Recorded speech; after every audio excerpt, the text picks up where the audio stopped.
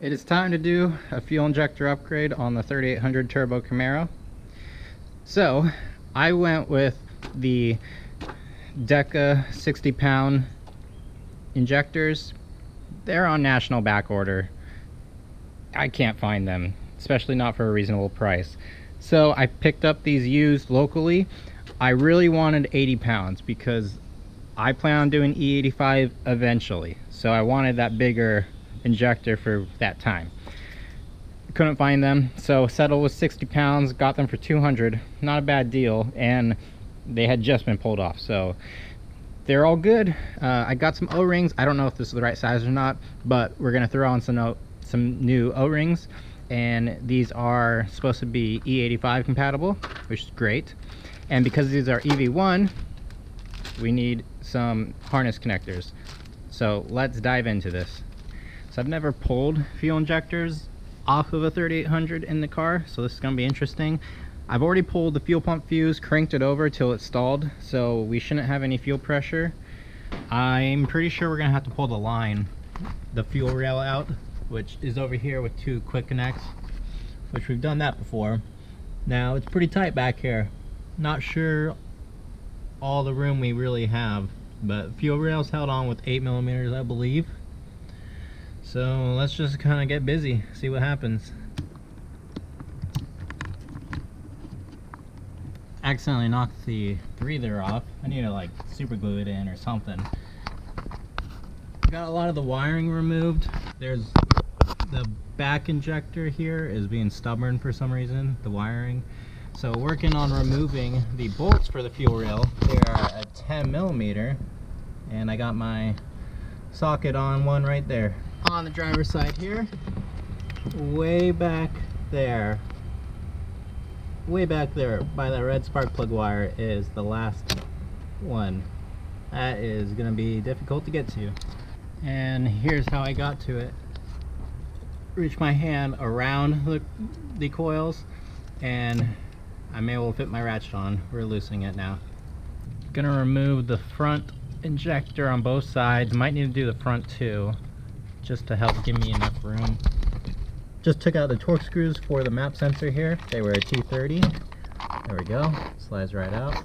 And I had to disconnect the vacuum hose on the back. So now I think we have enough room to come up. Yeah.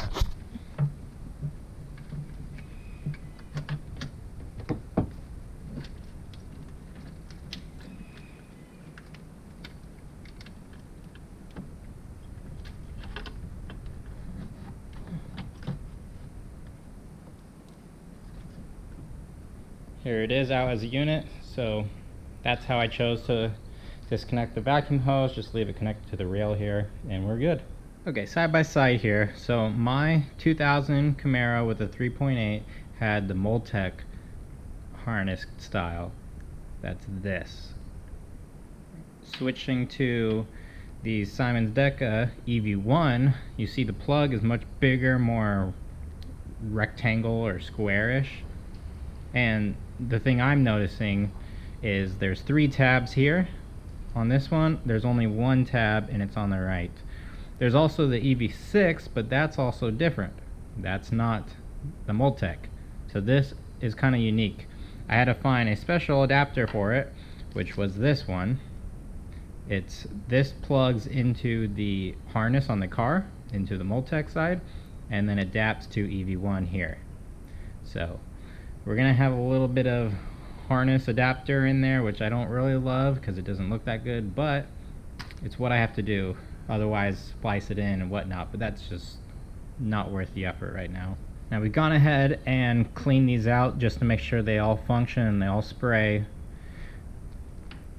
It does have the O-rings it comes with, the Viton O-rings, so they're supposed to be E85 compatible and all that, but we're going to replace them anyways. Now, I replaced these O-rings when I put them in the car, and it seems like all the bottom ones ripped.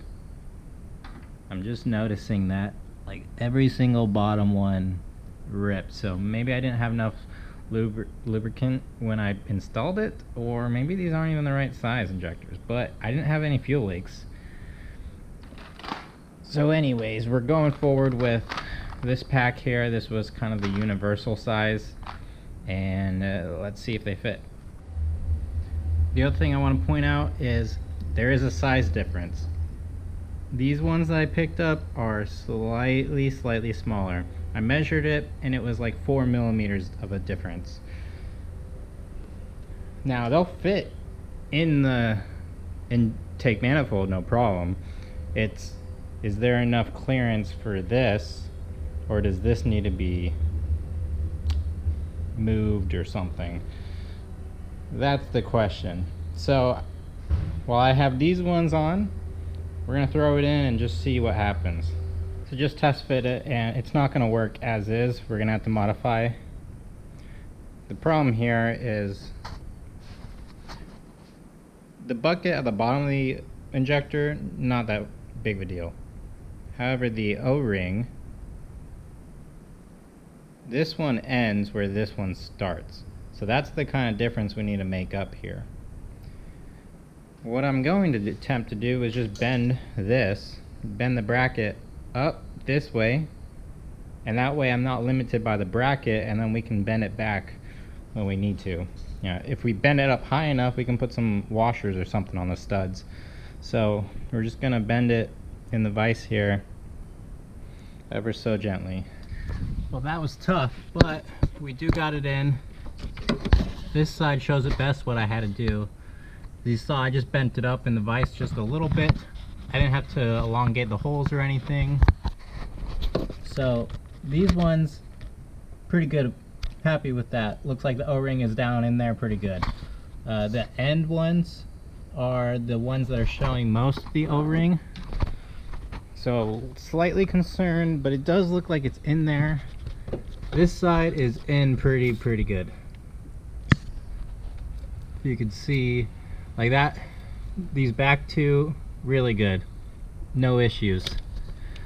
This one, same thing. I can see the top half of the O-ring, where the other is, I can only see like the very tip of it. But it's in there, and everything got well lubricated with a dab of oil before I put it in, so just gotta run it, I guess. And fully assembled on this side. It's not the worst thing, the wire adapters, but definitely not the prettiest thing. But everything's back in. Let's wrap up the other side.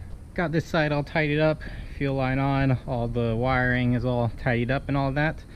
So that's it. That's 60-pound Siemens Deka injectors installed. And in theory, I think that would be okay to run, 7-pound wastegate on E85, possibly. That's kind of my dream, I guess. Obviously 80 pounds would have been better, but it is what it is. That was all I could get. So that's going to be plenty for 93 though, for my power goals. I won't be able to start it up because it's going to run stupid rich. If it even runs at all, it probably won't even run. So next up, we need to tune this. I'm going to be doing it in HP tuners. I'm going to be learning how to tune, and that's going to be a process. I'm going to have to be really slow. Good news is I have another motor right here that I can build if I need to, but we're going to have to be really careful learning how to tune, and that's going to be a whole new adventure. So thank you for watching. I'll see you in the next one where I start learning how to tune.